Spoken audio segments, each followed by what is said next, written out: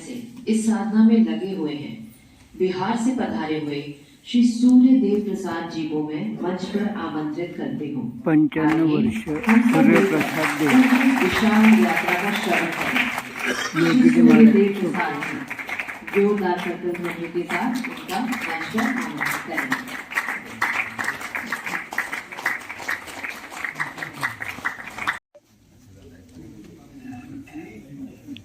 बिहार से आए हुए 95 वर्ष के योगी जी महाराज के साथी।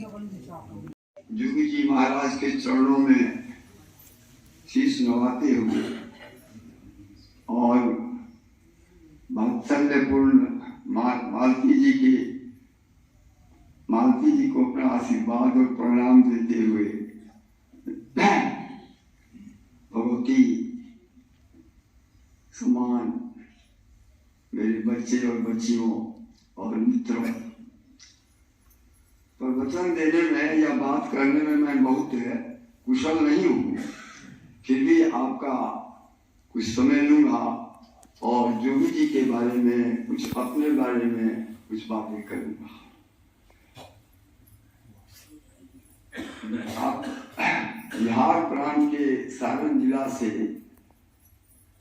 मैं सूर्यदेव प्रसाद आया हूँ और आप सबको फिर प्रणाम कर रहा हूँ। ऐसा है कि आप सब जान ही गए कि मेरी उम्र 95 वर्ष की हुई है, लेकिन उम्र का कोई बहुत सवाल नहीं है।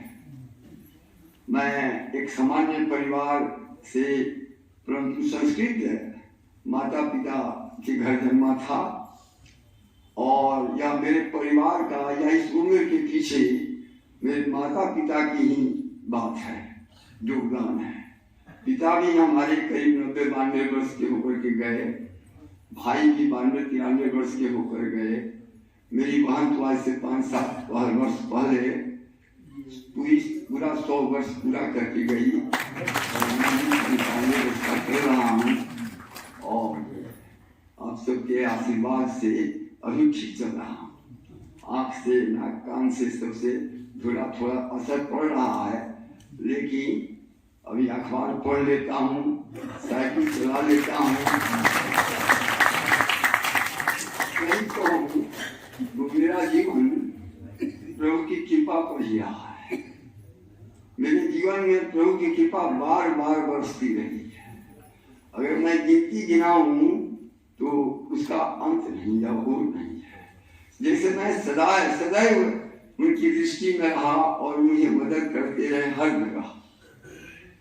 मेरे परिवार में शिक्षा की बहुत अच्छी नहीं थी, लेकिन फिर भी पिता की छाया में रह करके मैंने पढ़ाई की और अध्ययन पूरा किया। पटना विश्वविद्यालय से 1953 में मैंने MA पास किया।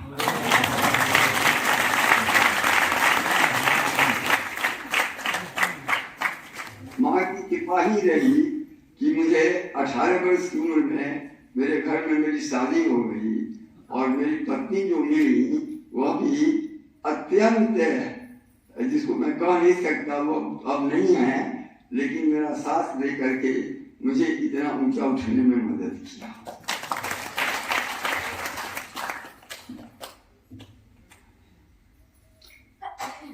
मैं जब भी सोचता हूँ पढ़ने के बाद मेरा जीवन जो बीता है, ज्यादा मैं एक अध्ययनशील आदमी था, बहुत पढ़ा, लोगों का जीवन पढ़ा, सत साहित्य पढ़ा और साहित्य भी पढ़ा।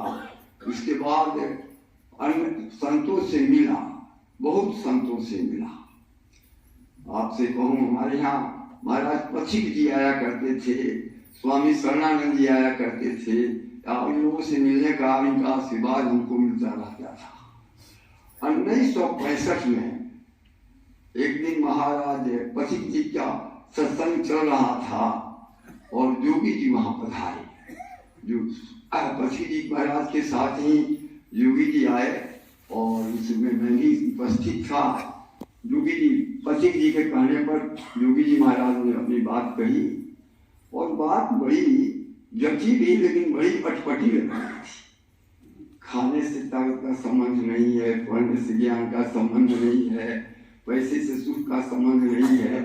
जब सत्संग खत्म हुआ तो मैं योगी जी से बातचीत करने लगा, और कहना नहीं चाहिए योगी जी से बातचीत में कुछ कड़ा बात होने लगा। लेकिन बाद में मैंने देखा कि दूसरे दिन जब मैं सत्संग में गया, योगी जी चले गए थे, तो पति जी महाराज ने कहा कि तुम उनकी बात सुनो, तुम्हारे लिए मैं कह रहा हूं कि उनकी बात सुनो। और योगी जी महाराज हर महीने गोरखपुर, मेरा कार्य क्षेत्र गोरखपुर था, आया करते थे और एक प्रोफेसर के यहाँ ठहरा करते थे।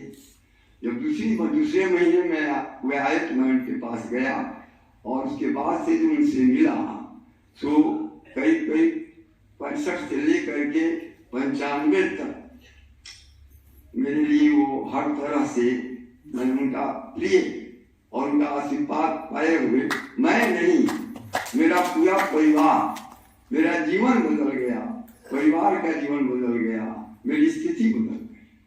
आप सबको आश्चर्य होगा सुन करके कि मैं छोटा सा आदमी, 4 बच्चे और 4 लड़कियों का पिता हूँ, और चारों बच्चे हमारे बहुत ऊंचे पदों पर आसीन हैं। बच्चियां भी बहुत शिक्षा से भी और गुण से भी बहुत प्रसन्न हैं। योगी जी परिवार के आदमी हो गए। ऐसा हुआ कि प्रोफेसर साहब कहीं दूसरी जगह चले गए, और मैंने योगी जी से आग्रह किया कि आप हमारे ही घर पर आया करें। हर महीने योगी जी का प्रोग्राम होता था, और योगी जी अपने समय पर आते। घर के हमारे सभी बच्चे, उनको सभी बच्चे, अभी जो बच्ची कल भोजन कल प्रार्थना कर रही थी कि पति जी का भजन गा रही थी, वो तो सभी बच्चे उनके निकट में थे। और मैं भी जैसे एक बातचीत के दौरान वो बातचीत ही हम करते रहते थे। योगी जी आते, पत्र आ जाता, और आप सबको आश्चर्य होगा उस वक्त सुनकर, यात्रा बड़ी कठिन चीज थी उस वक्त। रिजर्वेशन का कोई प्रश्न नहीं था, गाड़ियों में बड़ी भीड़ होती थी, गाड़ियां भी बहुत बड़ी अच्छी तरह नहीं, साफ सुथरा नहीं रहती थी। योगी जी 3rd क्लास में यात्रा करते थे, और बस इतना ही करना था कि जहां उनको जाना है उसका प्रबंध हमें करना था। और जा करके कभी कभी तो ऐसा अवसर आता था कि योगी जी को हम लोग गाड़ी में ऐसे ही छेड़ बैठा देते थे। इसके बाद भी योगी जी हमारे यहाँ या गोरखपुर आते रहे, और मित्रों की संख्या थी, लोग सुनते रहे, काफी लोग आते थे। उसके बाद जब 1976 में मेरी बदली हो गई गोरखपुर, तो योगी जी हमारे गांव पर आने लगे। मैंने उनसे आग्रह किया तो हमारे घर पर आने लगे। एक बार हमारे घर पर आए तो गांव में बड़े बड़े लोग आए थे, एक रिटायर्ड जज आए थे, 2 MLA आए थे, विद्वान पंडित सब लोग आए थे। और योगी जी करीब 1-1:30 बजे आए। यहाँ बस रुकती थी पटना से, वहाँ से 3 मील 2.5 मील मेरा घर पड़ता है, और योगी जी 1-1:30 बजे तक नहीं आ पाए। पटना से आना था, मैं घबराया, और योगी जी को जानने वाले तो मैं ही था, गांव के और तो कोई जानता नहीं था। एक हमारे बड़े भाई थे, उनसे हमने कहा कि आप संभालिए, मैं उनको लेने जा रहा हूँ। जब गया तो थोड़ी देर के बाद बस आई, मैंने योगी जी के चरणों में प्रणाम कर कहा कि महाराज जी देर हो गई है। उन्होंने कहा साइकिल लिए हो? जी साइकिल लिए है, बस लिखना ये सामान है इसको। और साइकिल हमारी उठाई, किधर किस रास्ते से जाना है? मैंने कहा कि इस रास्ते से जाना है। बस साइकिल तो चल दी, और पूछते चले जाना है बिगहा किधर रहेगा? मेरे गांव का नाम बिगहा था। बिगहा कहाँ है? बिगहा किधर है? चलते चले जा रहे हैं, मेरा रिक्शा पीछे पीछे उनके दूसरे चला आ रहा है। तो गांव पर पहुंचे तो लोगों से पूछते हैं कि सूर्यदेव जी का घर कहाँ है, सूर्यदेव जी का घर कहाँ है? लोग समझते थे कि यह भी एक सुनने वालों में ही है। लोगों ने कहा कि ये रास्ता गए और मंच पर बैठे। मंच पर बैठे कर 3 बजे और लगे बोलने, तब तक मैं पहुंचा। मैंने कहा कि 1 गिलास जल भी तो लिया जाए। लोग कहना ना जल देने की जरूरत नहीं है, लेकिन नहीं, लोगों ने कहा कि नहीं कुछ तो लिया जाए। सब लोग जाने कि यही योगी जी है और आज इन्हीं का प्रवचन है। और बड़े बड़े लोग थे। करीब 1-1.5 घंटा योगी जी बिना रुके बोलते रहे और सब लोग सुनते रहे। उसके बाद योगी जी करीब 2-3 किलो खोआ ले गए थे। काफी भीड़ इकट्ठी थी। अपने स्वयं अपने हाथों दौड़ दौड़ करके लोगों को बांटते रहे। एक जज साहब आए थे। जज साहब ने मुझसे कहा कि सुखदेव जी, मैं जोगी को कुछ देना चाहता हूँ। तो मैंने कहा कि जोगी तो कुछ लेते नहीं, लेकिन जोगी जी ने मेरी बात सुनी। कहा कि सुखदेव जी क्या कहते हैं? वो हमको सुखदेव जी ही कहने लगे थे। सुखदेव जी क्या कह रहे हैं? हम परिचय दिया कि ये जज साहब हैं और ये कहते हैं कि मैं कुछ देना चाहता हूँ।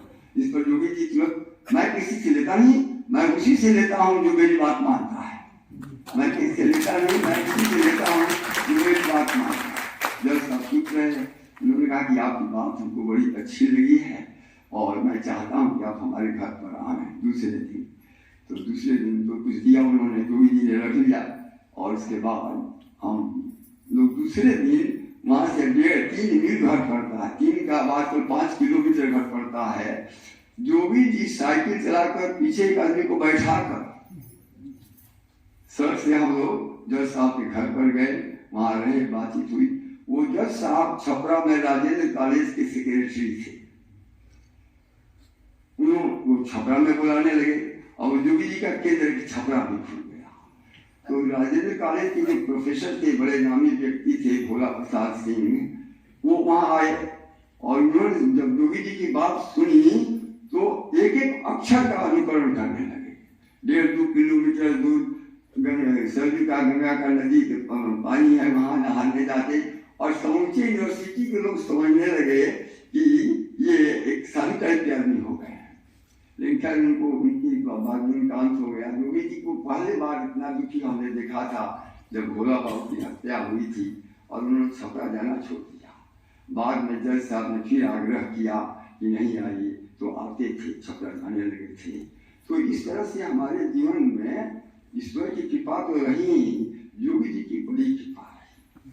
और कृपा का ही परिणाम है योगी जी का हमारे जीवन में आने के बाद हमने अपनी 4 बच्चियों की शादी की। और आपसे आज सही कहता हूँ कि 4 बच्चियों के लिए हम किसी के दरवाजे पर नहीं गए। और ऐसी कोई बात नहीं कि कहीं कोई लव मैरिज हुई तो नहीं। 4 बच्चियों की शादी लोगों ने ही कहा कि मैं तुम्हारी लड़की से शादी करना चाहता हूँ। अभी जो लड़की मेरी आई है, कल भोजन गया था तो उसके ससुर ने मुझसे कहा कि तारा 3 लड़की की शादी बहुत जल्दी जल्दी हो जा रही है। मैंने कहा कि अभी तो कुछ समझ है और हमारे अपने आदमी थे, तो हमने कहा कि अरे अभी अच्छी तो बाकी गाली जो है सो तो बाकी है। उन्होंने कहा कि अरे उसकी भी शादी हो जाएगी, तो हमारे यहाँ शादी करोगे? और उनके यहाँ मेरी लड़की की शादी हो गई और समूचा परिवार आपके 4 लड़के पढ़ करके और तो यह उनकी कृपा थी हमारे ऊपर। मैंने आपसे कहा कि योगी जी की मैं कृपा पात्र बन गया। और यहाँ तक एक घटना सुना करके मैं आगे बढ़ूँ। एक बार मैं डॉक्टर के पास अपनी आँख दिखाने गया। डॉक्टर आश्चर्य करने लगा, अरे आपको तकलीफ नहीं हो रही है, तकलीफ नहीं हो रही है। और घबरा गया। तुरंत लेकर के मुझको अपने जो हेड डॉक्टर था उसके पास ले गया। कहा कि देखिए नहीं कि आँख में घाव है। तो डॉक्टर ने देखा, कहा कि आपको कुछ तकलीफ नहीं हो रही है? हमने कहा तकलीफ तो नहीं हो रही है, नहीं देखना पड़ेगा, इसमें घाव हुआ है, इसमें भी घाव हो जाने की आशंका है। यही कहा करके हम वहाँ से चले आए। उसने हमको कुछ कहा। लेकिन उस दिन दूसरे दिन योगी जी का देखा लिस्ट, तो वो हरदोई में थे। तो मैं दूसरे दिन टिकट कराकर नहीं रेल में था ही, मेरे पास रहता था, हरदोई चला आया गोरखपुर से। और जहाँ योगी जी ठहरे थे वहाँ गया। योगी जी ने कहा कि अच्छा ठीक है, चलो कल हम लोग चलेंगे बनारस। और बनारस में आँख के एक डॉक्टर थे, नाम भूल रहा हूँ, उन्हीं के यहाँ योगी जी ठहरते थे। और हम लोग ले गए, लेकर के रात उनके यहाँ डॉक्टर साहब यहाँ रहे, खाए पिए सोए। दूसरे दिन डॉक्टर साहब ने अपनी लड़की से कहा, वो भी डॉक्टर थी, जाने तो देख लो। तब हम देखें, उन्होंने देखा, देख करके लड़की ने भी यही कहा कि आँख में कुछ है, समझ में नहीं आ रहा है क्या है। तो डॉक्टर साहब ने देखा, कहा कि देखिए आपकी आँख में है तो, लेकिन पता नहीं कि यह घाव है जिंदा है कि सूखा हुआ है। इसलिए ऐसा करिए कि आप जाइए, कभी कोई परेशानी है नहीं आपको, अगर बढ़ेगा तो उपाय किया जाएगा, आइएगा कुछ दिन के बाद। लेकिन न मैं कुछ उसमें बढ़ा और न मैं आगे चला जा रहा हूँ, और आप देख ही रहे हैं कि मैं इस स्थिति में हूँ। तो मुझे योगी जी की बातें गले में मैंने समा गई। मेरा परिवार ही उनका जैसे वो हो गया। नित्या, तो मुझे एक बात कहना है उनके बारे में, योगी जी क्रिया पर कम जोर देते थे, कहते भी थे कि साधना, जैसा यहाँ भी पढ़ रहा था कि क्रिया नहीं है, कहते थे कि what you do that is not important. तो आप क्या करते हैं इसका महत्व नहीं है, आप क्यों करते हैं। Why what you eat that is not so important. Why you eat? तो वो मूल पर जाना चाहते थे, और बार बार हम समझते थे कि हम उसके बाद उनसे बातचीत भी होती रहती थी हमारी विषय पर, और उनसे ये चर्चा चलती रहती थी। तो मैं उनसे कहता भी था बार बार, और मैं आप सबसे यही कहता हूँ कि क्या करते हैं इससे जरूरी है कि उसके पीछे रहस्य क्या है। योगी जी कहते थे, जैसे कहते हैं गीता में कहा है कि ये न भूतानि अशेषेण दक्षयसि आत्मनि यशोमया। जब तक संपूर्ण जीव के लोग आपके नजर में अपने नहीं हो जाएंगे तब तक कुछ गति नहीं बढ़ती है। क्रिया कर देने से कोई बात आगे नहीं बढ़ती है। तो मैं आप सबसे यही कहना चाहता था कि बात समझिए, है क्या जीवन का लक्ष्य क्या है। योगी जी से करें, गीता जी कहती हैं कि जरा मरण मोक्षाया मामा सिद्धि चलती तब विदु सरम अध्यात्मम कर्मम प्रकृतम। जो जन्म मृत्यु से छुट्टी पाने के लिए कोशिश करता है वही कोशिश करता है, और यह जन्म मृत्यु जब तक आप सही होकर के गुणों के अन्य गुण करता रमेदा दृष्टान पश्यति गुणभ्य परम व्यात्वा समद भाव अधिगच्छति। तो मैं आप सबसे योगी जी की एक एक बात, और करीब 20 वर्षों तक मैं जहाँ जहाँ, चाहे मुंबई हो, चाहे भागपुर हो, चाहे बनारस हो, पहले बनारस की जो बैठक हुई थी जिसमें हजारी प्रसाद द्विवेदी जी आए थे, हमारी बड़ी लड़की थी, उसने भजन गाया था और उसके भजन पर ही वह गोष्ठी उस दिन की रह गई थी। तो मित्रों, मैं यही कहना चाहता हूँ कि योगी तो कृपा के अवतार थे, वैसा कृपालु व्यक्ति हमने जीवन में पाया नहीं। और एक घटना और आपको सुनाऊं। एक दिन योगी जी हमारे घर होली के दिन ही आए, शाम को आए, शाम को सत्संग हुआ जहाँ आयोजन था, और दूसरे दिन के साथ एक इंग्लैंड का नागरिक भी आया था जो भारतीय ही था। तो कहा, योगी जी को 11 बजे नहीं खाना था, अब 12 बजे तक योगी जी कुछ नहीं खाते थे। हमारी पत्नी ने कहा कि आप आए भी और चले भी जा रहे हैं, हम कल ही से पुआ बनाने का सामान रखे हुए हैं और आपको खिला नहीं पाए। योगी जी ने कहा कि बनाओ, और तो आप 11 बजे चले जाएंगे, नहीं बनाओ हम खा लेंगे। और योगी जी हमारी पत्नी ने पुआ बनाया, और योगी जी और उनके मित्र खाए और ज्यादा खाए, और उसके बाद समूचे जहाँ जहाँ गए पुआ का बड़ाई करते रहे। तो उनके साथ ऐसा रहा कि हमारा परिवार भी सुधर गया, इस तरह से सुधर गया। आज भी समझ लीजिए चारों बच्चे ऊंचे ऊंचे पदों पर हैं और हरदम ख्याल करते रहते हैं। आपने देखा कि हमारी बच्ची कहती नहीं, मीनाब जा रहे हैं अकेले, तो हम अकेले नहीं जाने देंगे, हम भी चल रहे हैं। और योगी जी एक, मैं उनको दैवी पुरुष मानता हूँ। यहाँ आया परसों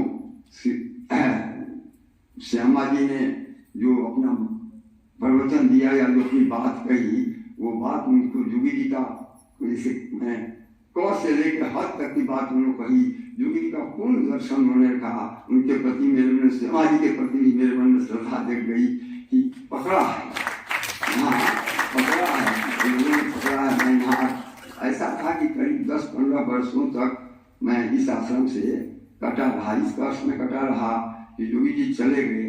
दूसरे दिन सहाय जी का पत्र मिला, तीसरे दिन कि योगी जी चले गए। मन बड़ा दुखी हुआ और उसके बाद मैं व्यस्त हो गया और यहाँ से कोई सीधा समझ, मैं जानता भी नहीं था कि इतना बढ़िया आश्रम बना है। मैं समझता था कि योगी जी चले गए वैसे।